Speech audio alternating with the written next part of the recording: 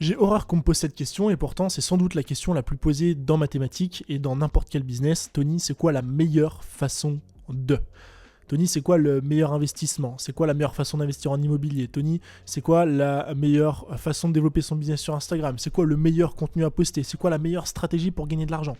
Et en fait, si je vous fais cette vidéo aujourd'hui, c'est justement non pas pour blâmer les gens qui posent ces questions, parce qu'en fait, l'idée de cette vidéo, elle est venue suite à un DM que j'ai reçu sur Instagram d'une personne qui m'a dit, mot pour mot, Tony, je développe mon business, je suis en train de me lancer là, et je veux savoir c'est quoi la meilleure façon de développer son business, c'est quoi la meilleure stratégie, qu'est-ce que je dois faire.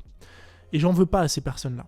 Je leur en veux pas, je les blâme pas, parce que moi aussi j'étais comme ça, et parce que dans le fond, c'est pas vraiment de leur faute. Si ces gens pensent comme ça, c'est justement parce que sur Internet, on a pendant très longtemps, trop longtemps, véhiculé qu'il existait une réponse à cette question.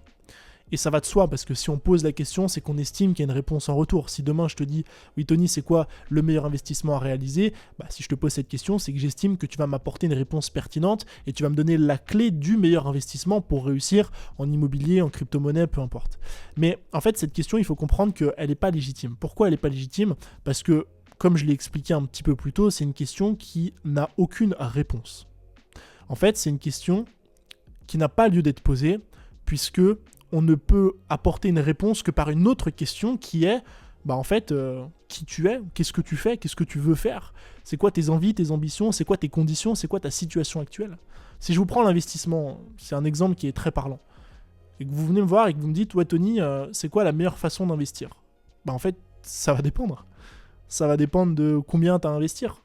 Si tu as beaucoup à investir, tu vas peut-être prendre moins de risques. Si tu as peu à investir, tu vas peut-être prendre plus de risques. C'est quoi ton appétence au risque? Si tu es un mec qui a 20 ans, t'as rien à perdre parce que tu es jeune et que t'as pas d'enfants, etc., t'as pas de crédit, vas-y, tu peux aller all-in, tu peux prendre beaucoup de risques, c'est pas très grave. Si en plus de ça, tu as peu de capital, au pire, tu perds 5 000 euros et puis voilà.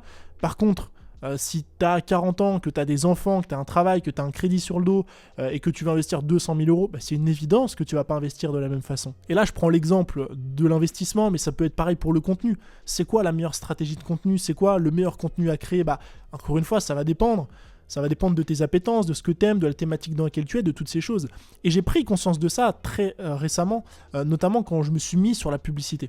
Vous le savez, j'ai lancé mon low ticket funnel, j'ai sorti une formation sur le sujet, et depuis le début d'année, j'ai dépensé des dizaines de milliers d'euros en pub. Et ce que j'aime beaucoup avec la pub, c'est que c'est un sujet d'hypothèse et de conclusion.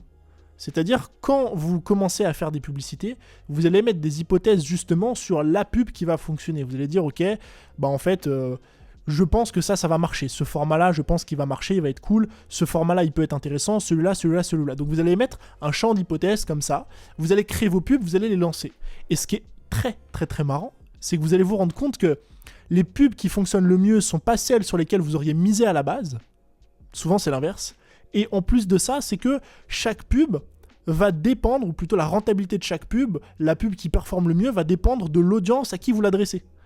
Et en fait, c'est un sujet très parlant parce que ça prouve, encore une fois, qu'il n'y a pas de publicité parfaite, il n'y a pas de format de pub parfait, il n'y a pas d'argumentaire parfait. Ça va dépendre de la situation. À qui vous adressez cette pub-là? Quelle est l'audience? Quel est le message? Est-ce que les gens sont prêts ou pas à acheter? Est-ce qu'ils vous connaissent ou pas? Et là, vous êtes peut-être en train de vous dire, mais Tony, ok, c'est intéressant, mais je comprends pas du coup pourquoi tu n'aimes pas cette question. Parce qu'en soi, c'est juste une question, voilà, les gens se demandent c'est quoi la meilleure stratégie, et puis toi, tu réponds, c'est quoi ta situation, et tu donnes des conseils personnalisés.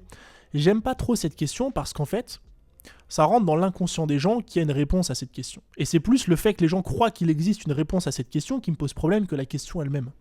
Étant donné que les gens pensent qu'il y a une réponse à cette question, ils vont être justement en quête constante de la réponse.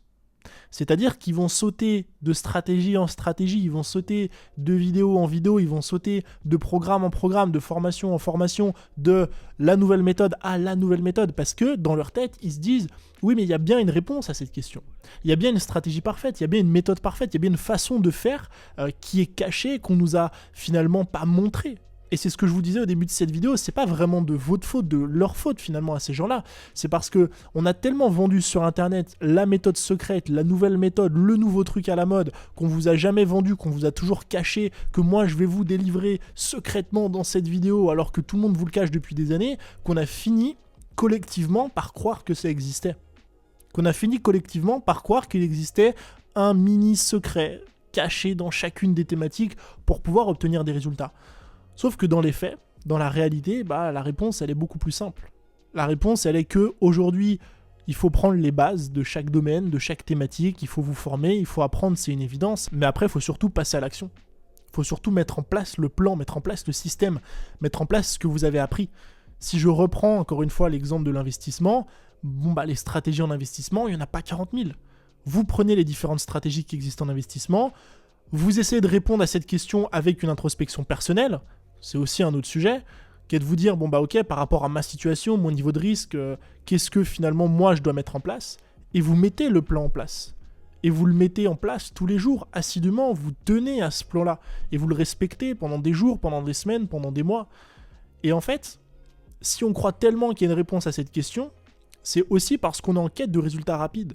C'est aussi parce qu'on est en quête justement de ce secret qui va nous faire propulser nos gains, propulser nos résultats du jour au lendemain, qui va changer notre vie en 30 jours.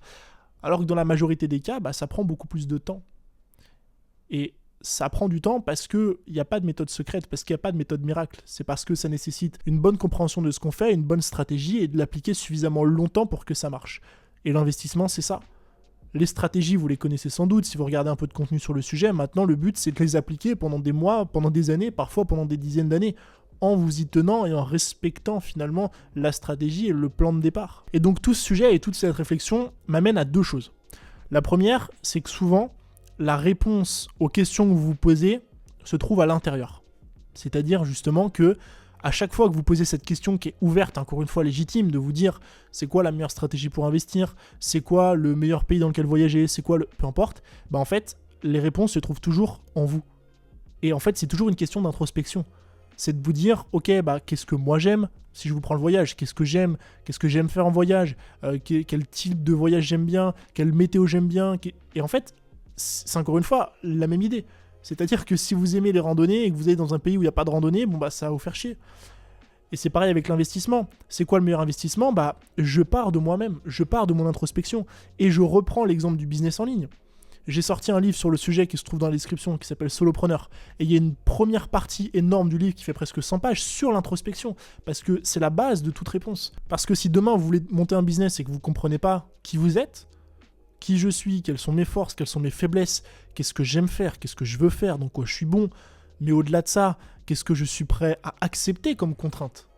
Est-ce que le closing c'est bien ou pas dans un business ? Oui, c'est bien, mais ça dépend. Ça dépend du type de business que vous voulez avoir. Est-ce que vous voulez avoir des équipes ou pas ? Est-ce que vous voulez gérer des gens ? Est-ce que vous voulez être un manager ?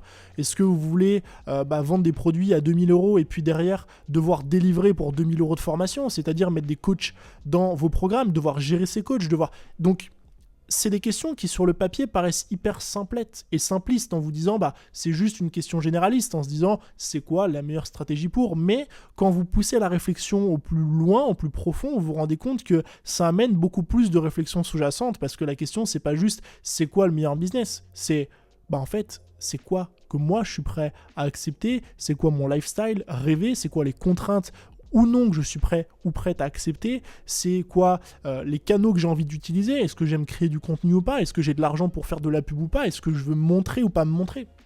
Et donc le premier sujet c'est ça, c'est que tout part toujours d'une réflexion interne.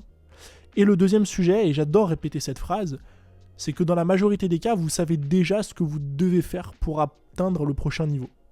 Et ça s'adresse aux gens qui sont en quête constante de validation, parce qu'ils ont peur, parce qu'ils se posent des questions, parce qu'ils ont le syndrome de l'imposteur, parce qu'ils ont peur de gagner de l'argent, parce qu'ils ont plein de craintes comme ça et de fausses croyances qui sont pas forcément fondées, et ils vont repousser le moment de passer à l'action en se disant et en se répétant qu'il manque encore une information, qu'il leur manque encore cette information cruciale dont ils ont besoin pour aller plus loin, pour aller au prochain niveau, pour passer au step supérieur. Alors que, encore une fois, croyez-moi, dans la grande majorité des cas, vous savez déjà ce que vous devez faire. Vous le savez.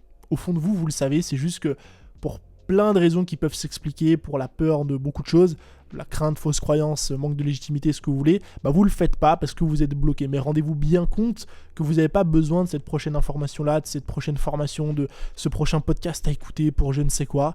Vous avez déjà en main toutes les cartes pour monter au niveau d'après. C'est juste une question de volonté et une question de prendre conscience de ce phénomène-là. Donc on a fait le tour pour ce sujet, c'est une question encore une fois que je n'aime pas qu'on me pose. La prochaine fois qu'on me posera cette question, je redirigerai en tout cas vers cette vidéo. J'espère qu'elle vous aura plu. Moi, je vous dis à très bientôt pour un nouveau contenu, pour un nouvel essai. À très vite, c'était Tony. Ciao.